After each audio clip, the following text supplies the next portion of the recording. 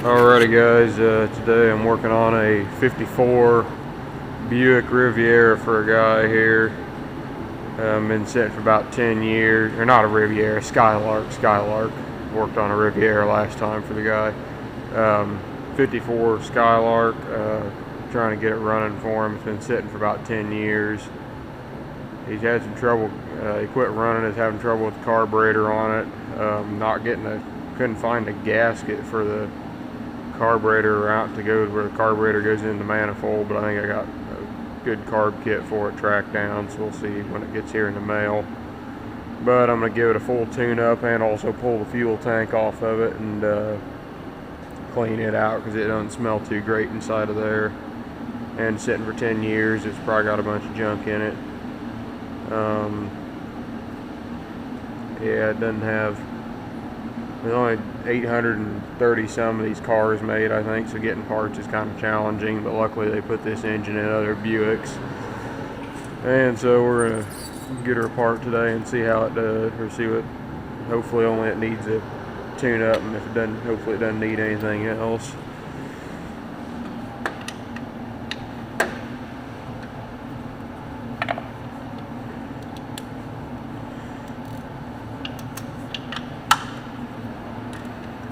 Why they have this, I don't know. Little covers for the valve or spark plug wires. I don't mind working on these older cars, so they're a lot easier to work on than something new because you open the hood and stuff just doesn't spill out everywhere.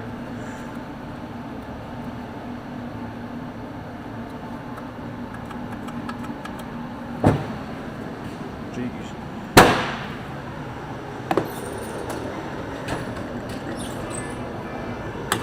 Hold on, I'm getting a phone call. Hey, Gary. Alright, sorry about that. Get interrupted sometimes.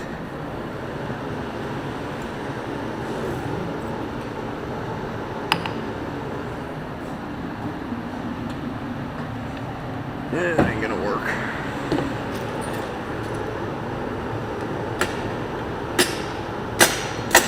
Dad comes in here and using my tools, or my brother or someone, and they slam the door shut or drawer shut, and then the tools go flying.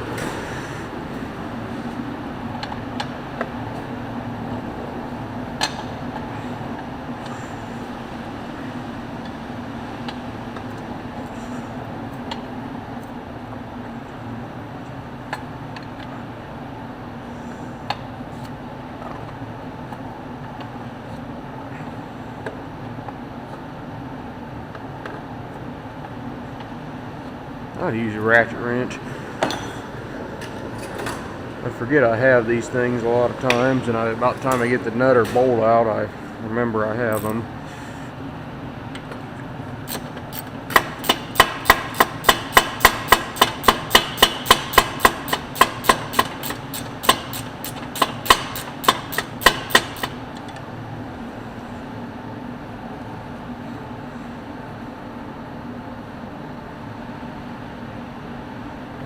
Maybe.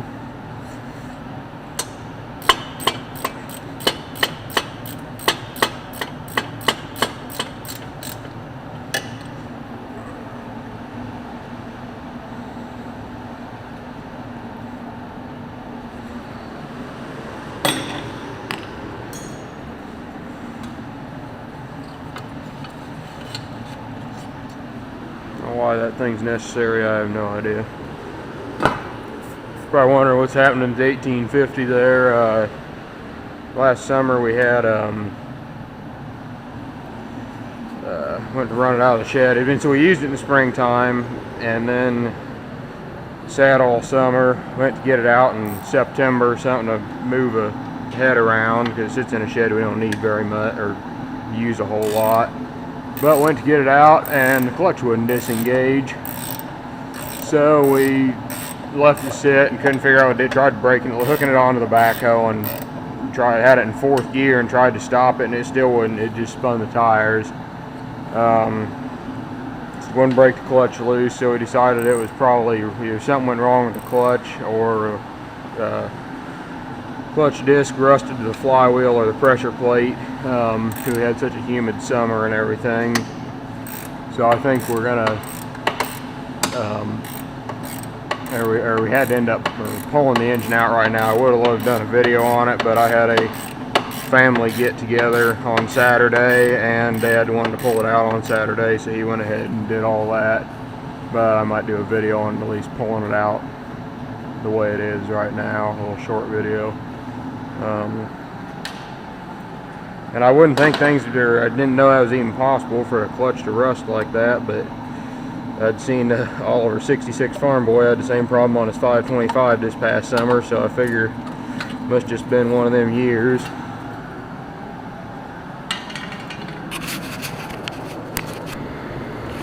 Alright, I don't like to take the plug wires off until until I get the new ones and everything, just so I don't lose the firing order. Some of you older guys can probably tell me what the firing order is, and I can do the same on a 4 or 6 cylinder engine, but not on these V8s.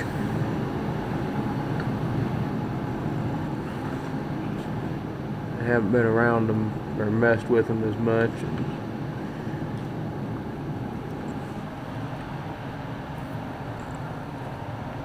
So I'll just wait till this afternoon when I get the plugs and plug wires and cap and rotor.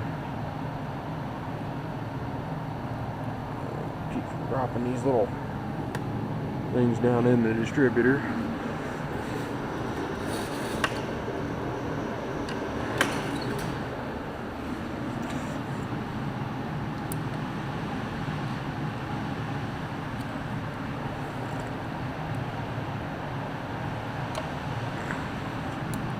Well, it's still ain't gonna do it. This was a real problem last summer doing this on the 525, out getting it running.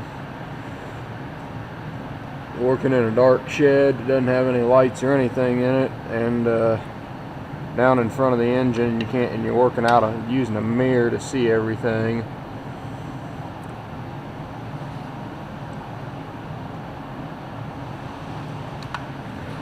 I never got why GM products always put the distributor at the back. Would have been like Ford and put it at the front. Would have been a lot easier to work on.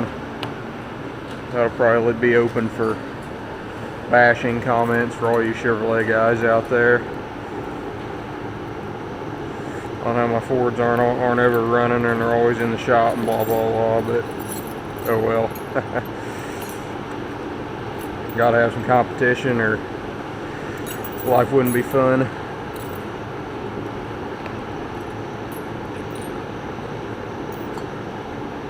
These are about the cheapest little set of wrenches, but they work for distributor stuff.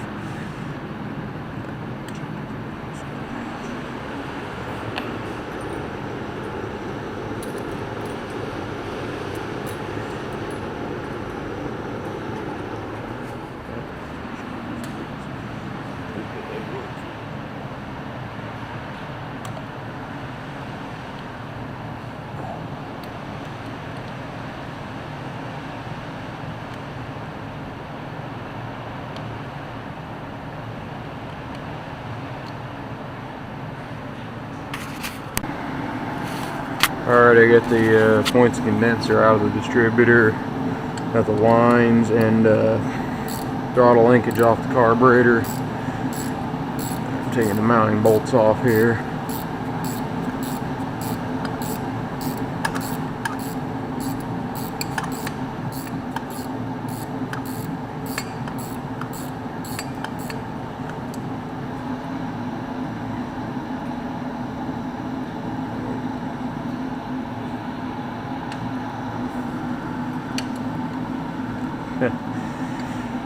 Naturally, they didn't use a regular.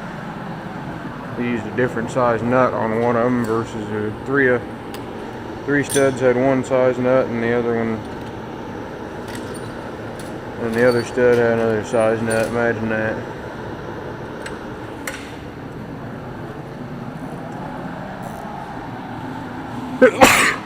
Excuse me. At least I can get the ratchet wrench on here. makes it easier.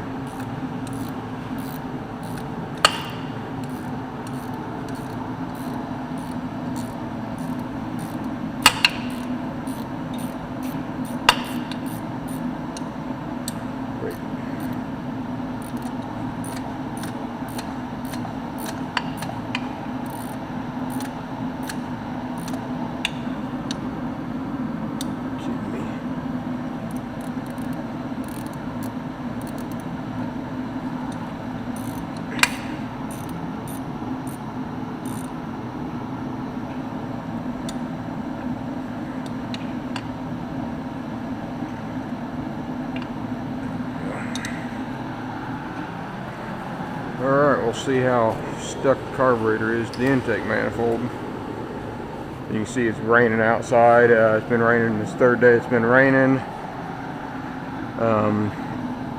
And I think we're up to about 5 inches now of rain, so I don't think we're going to be doing anything outside for a while. Pry bar.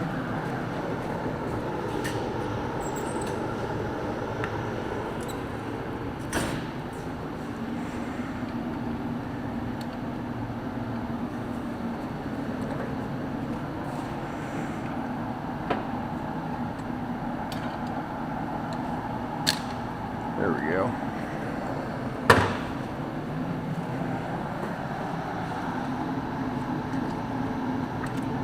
That's what we were looking for.